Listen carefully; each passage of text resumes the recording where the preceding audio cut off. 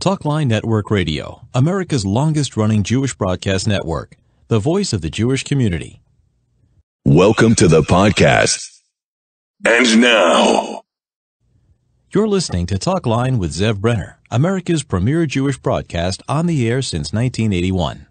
Welcome back to the program. I'm Zev Brenner. Netflix has debuted, it has premiered today, a show called My Unorthodox Life. So we have some Orthodox men and women to discuss what Orthodox life is like as opposed to my unorthodox life.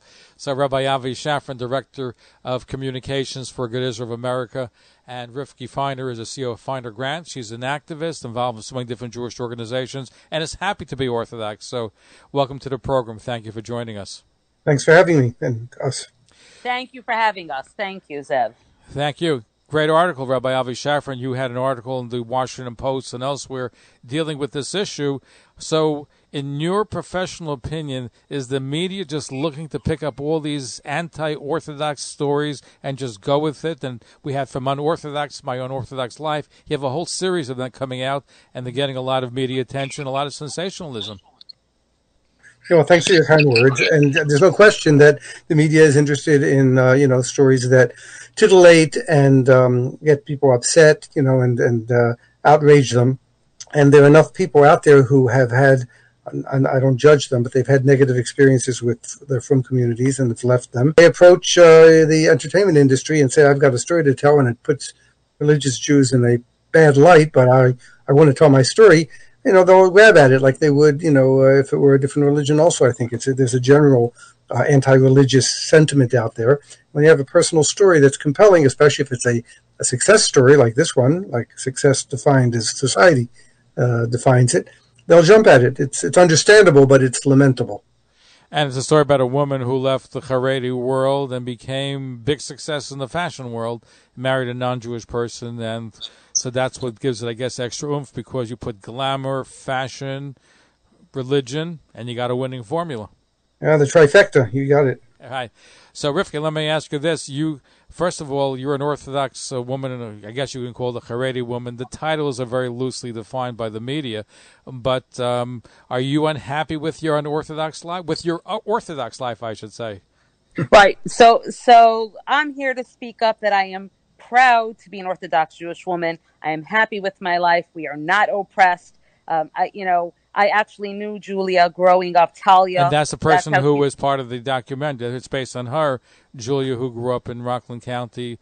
Right. And you were together in the same class in Beis Yaakov, correct? So not in the same class. She was 3 years older than me in Beis Yaakov, but I remember her. She was head of dance. She had flair. She was very sweet. She was very petite, talented. I always remember her with a smile. I remember her differently. And then, her family, lovely family. Her mother was my math teacher with a heavy Russian accent because they came from Moscow. Just really lovely people from what I recall. But I'm saying that at this point, whatever her story is and the way it's coming across in the media from anything that I've read or watched is that she seems to be trying to say that she's a spokesperson or she's, a symbol or a victim. And she's talking about all these other ultra-Orthodox. First of all, I hate all the different names, but I don't consider she wasn't ultra-Orthodox. She wasn't Hasidic. Her, father didn't wear a shtreimel. They were Orthodox. And then as she, got married, and I saw a little bit, when she was married and later in life, so she became a bit more modern. That's just how, obviously till she left. I recall seeing her. But that's not who the rest of us would like to be identified with. And I don't appreciate the way she's describing as if, how we feel. And there are many Orthodox women who are successful, those who want to, be at home or at home. But there are many, many professionals in the Orthodox world who are doctors or lawyers or therapists or anything, working world. And I don't, certainly I was never blocked from anything. The way she says, only to have babies. We're less than. I'm not less than anyone. The whole concept, the way she's portrayed. And obviously, if that's how she felt, okay, that's her story to tell how she feels, how she felt. But not to portray that that's how the vast majority of Orthodox women feel. That's my issue. Well, it's an important issue, but let me ask you this question, both of you. So why is the media so insistent about putting on these kinds of stories. It used to be, there was a time I was discussing with Rabbi Shafran off the microphone, that years ago you had Hasidim and Haredim portrayed a little differently. They were glamorous. You had, for example, A Stranger Among Us, which was portrayed in a very wonderful light. The community, and they even had them, with the fashionable Hasidim. It was chic. What happened that now all of a sudden it's time to bash the Hasidim and the Haredim? By the way they look at it, Haredim and the Hasidim are all the same. Well, I think a lot of it has to do simply with the fact that they're being approached by people who have these stories to tell. And again, I don't think any of us should judge these people as individuals. They had their experiences, they made their choices, and that's not really the issue. The issue is that the portrayal is being portrayed as the norm, which it is not. And what's absent totally are portrayals of people who have come from other places and come to Orthodoxy and are satisfied and happy and living what they consider to be much more meaningful lives than they did before. And their stories are not told. It's a shame, because I wish some of them would come forth and pitch to Netflix or whoever it might be. I've got a story to tell too, and it's a really interesting one about how I went from being, whatever it was before I became frum, and how I have now something that is much more meaningful to me, even if it's less lucrative or less sexy, so to speak, to use the term that they use. So are you saying, Rabbi Shafran, that the frum community is like the Israeli government? They don't know how to portray itself in a great light in a PR. They're lacking in PR savvy? I mean, we have plenty of savvy people in the frum community, but what I'm looking for are individuals who have a personal, compelling story to tell as individuals, and who don't mind their story being told. I think such people, for the most part, don't want their story told. They're not interested in revisiting the past. They don't have any. They don't have vengeance on their mind. They're not interested in getting back at the non-frum upbringing that they had, and they're happy where they are. When people are happy where they are, they don't generally try to push themselves into the public eye. Forgive me for wishing to differ, respectfully so, as somebody who interviews tons of people. Some of my most interesting stories are either converts to Judaism, people who've come to Judaism from different walks of life, from the Prince of Swaziland to people I just had on, Gabriel Sanders, a former Christian missionary to the Jews. There are plenty of great stories out there, but nobody's pitching them to Hollywood. Yeah. They are indeed, and I just the movers and shakers in the entertainment industry, for whatever reason, are either not being pitched those stories or they're turning them down. I don't know which one it is. If these people are pitching their stories and they're not being picked up, that's a big problem.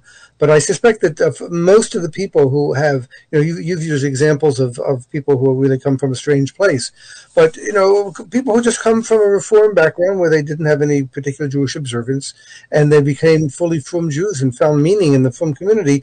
That's a simple story, and it's with so many thousands and thousands of time. Who among us don't know Balei Tshuva or children of Balei Tshuva who came to Yiddishkeit from nowhere?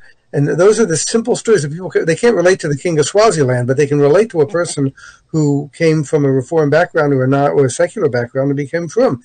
And I think those are the simple stories, the opposite stories of the one that's being told in this series, that I wish, could break through and be told in a mass media way.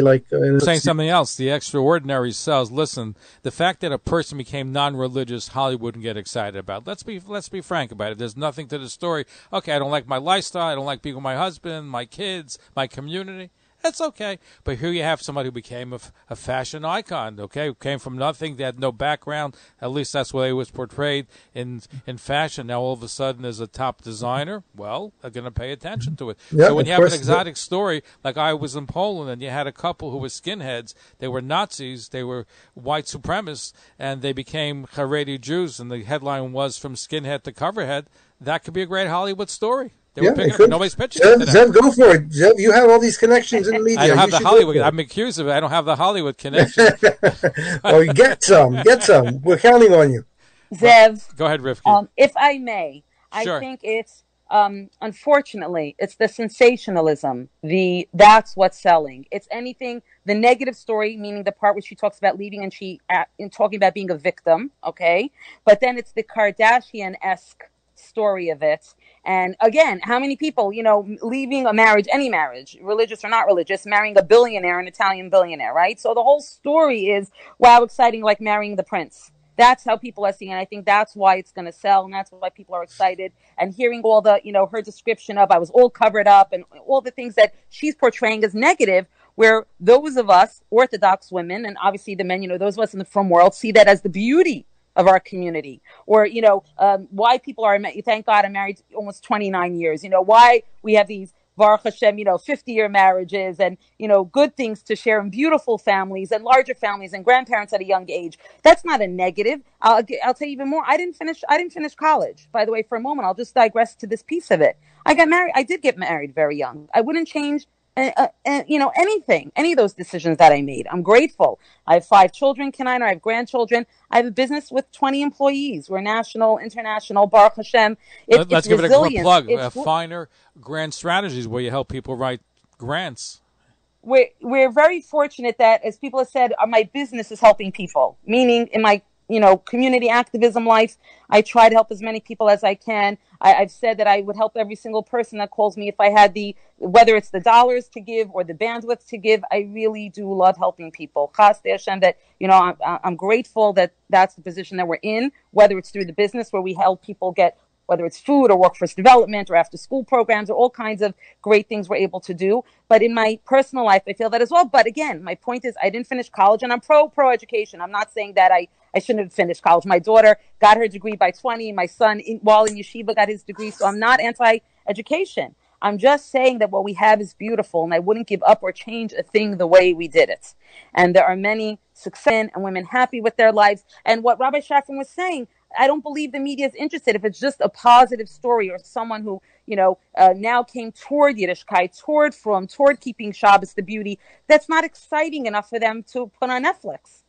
But it would be exciting if she came from a background where she was, doing something completely different, and she gave up being a fashion heiress or gave up being a fashionista or whatever it might be, or former Nazi. And there are stories like that which would capture the imagination. It's the extremes that get You're right, exactly. The extremes. It was actually Peter Santinel, if I'm going to say his name right, who did a whole bunch of series on video about the Hasidic community. And I remember one woman, he met a woman who was a Balas Tshuva, and she said she was musical. She really played like real bands, and you would look at her, you would never know. She was in a tichel, and she was describing why she left and how much she loves this life of, being an Orthodox Jewish woman. And she still used her music in with women. In other words, in women's circles, teaching women to play whatever. She didn't want to leave that, her talents and what she had behind. She channeled it into some way that she was able to use it in Orthodoxy. Not that she left it and abandoned it, but she didn't do it publicly. Like, she wasn't singing, obviously, in front of men.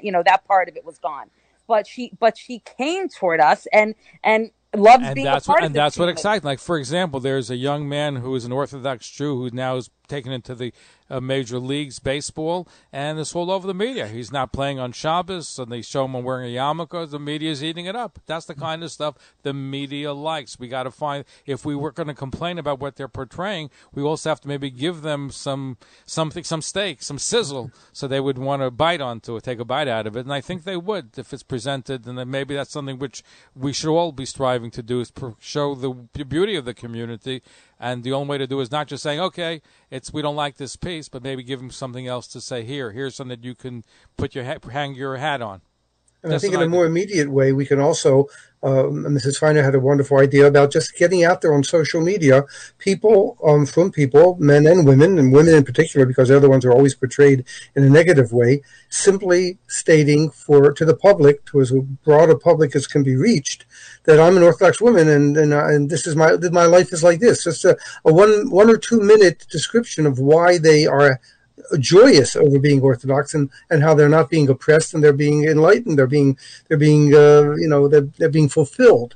And I think that we may not be able to fight Goliaths like Netflix, but what we can do is on the grassroots level also try to put forth, in terms of numbers, if not visibility of the highest sort, like a TV series, at least put out there that people should have images from people that do not fit the stereotypes that this kind of series I agree does. with you, but the problem is certain publications in the frum world can't print the pictures of women or highlight it the way it should be, and that's something which I guess is thrown back. No, we don't need print. We don't need this in print. It can be done on social media, and I don't know of any social media outlets that would not publish, a short video from a woman dressed properly. I don't think that would be a problem. You're talking mainly about the newspapers or magazines. That's not the place anyway. The place is out there in social media. I'm not a social media maven, so I don't really know what the options are and how to go about it. But I think that's the key here, is to get masses of frum Jews out there in the eye of those who follow social media, and to fight it on the grassroots level rather than trying to aim at the top and topple Netflix to get them to make a series that portrays us in a positive way. Anyway, but if I can interject, I was going to say we need to do both. You got to do the social media and the Instagram, but go after Netflix, go after all these major companies. Right, no, I agree. But I was saying the more immediate reaction. There's a long-term. You have to have a long-term plan and a short-term strategy. Plan. Before I let you go, Rivkie Feiner, you said you knew Julia Hart, who's the woman portrayed in the My Unorthodox Life on Netflix. So, again, just to reiterate, she's being portrayed as a Haredi woman, but did she come, or was she considered more modern Orthodox than Haredim, from what you can see? I would tell, when we grew up, I remember her parents, she was born in Moscow. When they came at a very young age, they came to other parts of America till they came to New York. From regular, meaning, to me, she was dressed from in school. That's how they looked. The mother, for sure, she was in Beis Yaakov. Her mother was my Beis Yaakov teacher, but I'm saying not Hasidic. When I hear ultra-Orthodox and Haredi, I think Hasidic, it sounds all the way to the right. And that's not what I recall. And then seeing her married, years after, I wouldn't say modern Orthodox, but again, I hate all the different names because, everyone sees that differently. But regular, never extreme. In other words, what she's describing, everything is extreme, and that's not how I remember her at all. Or the family. They lived, when she said she didn't live in her own room, she had a big family. She came from a large family. I think she was the oldest and a lot of kids. But they lived in a beautiful big house. She was not in some cramped little place. That's not how she grew up. And I do want to just mention one more thing about what Rabbi Shafran just said. I do I put out the hashtag a little bit today, proud Orthodox Jewish woman. I think that it does need to get out there. The one thing that I see is, not women in general, and certainly in our frum world, it's hatznei alechet. That it's not just modesty in how you dress, but that people keep the stories quiet. Like if someone gives a lot of tzedakah, or the tremendous tzedakah organizations, charity organizations, community service that is done in our community is unparalleled. But we don't want that on the front pages. That's just not who we are, and that's not how we do things. However, as a result of seeing and hearing these stories, we do have to come out with some sort of, what the women are doing. And even if you get 20 or 50 or 100 different women with their Orthodox, proud Orthodox Jewish woman, 2 lines, I'm happy and I do this. And, whatever their position is, there's such diversity. And I explain this to people who don't understand the Orthodox world. There's diversity within the Orthodox world. Absolutely. Major diversity. Absolutely. Major diversity. We're out of time. I want to thank you, Rabbi Avi Shafran, Director of Public Affairs for Good Israel of America, Rivkie Feiner, CEO of the Feiner Grant. She's also Feiner Grant Strategies, and she's also a community activist and involved in so many different Jewish organizations. Thank you for sharing with us. We're looking at My Unorthodox Life from an Orthodox perspective. Thank you for joining us. Thank you, Zev, and thank you, Mrs. Feiner, for joining. Thank you, both of you. Thanks so much. Talkline Radio and TV with Zev Brenner is just phenomenal. Everybody concerned about the Jewish community should listen and watch. He has the best guests. He asks the most interesting questions. He's always so well prepared. It's talk radio and television from a Jewish point of view at its very best. To advertise on the Talkline network and Talkline's email and social media blasts reaching over 70,000 people, please call 212-769-1925, extension 100. That's 212-769-1925, extension 100. Or email info@talklinenetwork.com. Follow us on Facebook, Twitter, and Instagram.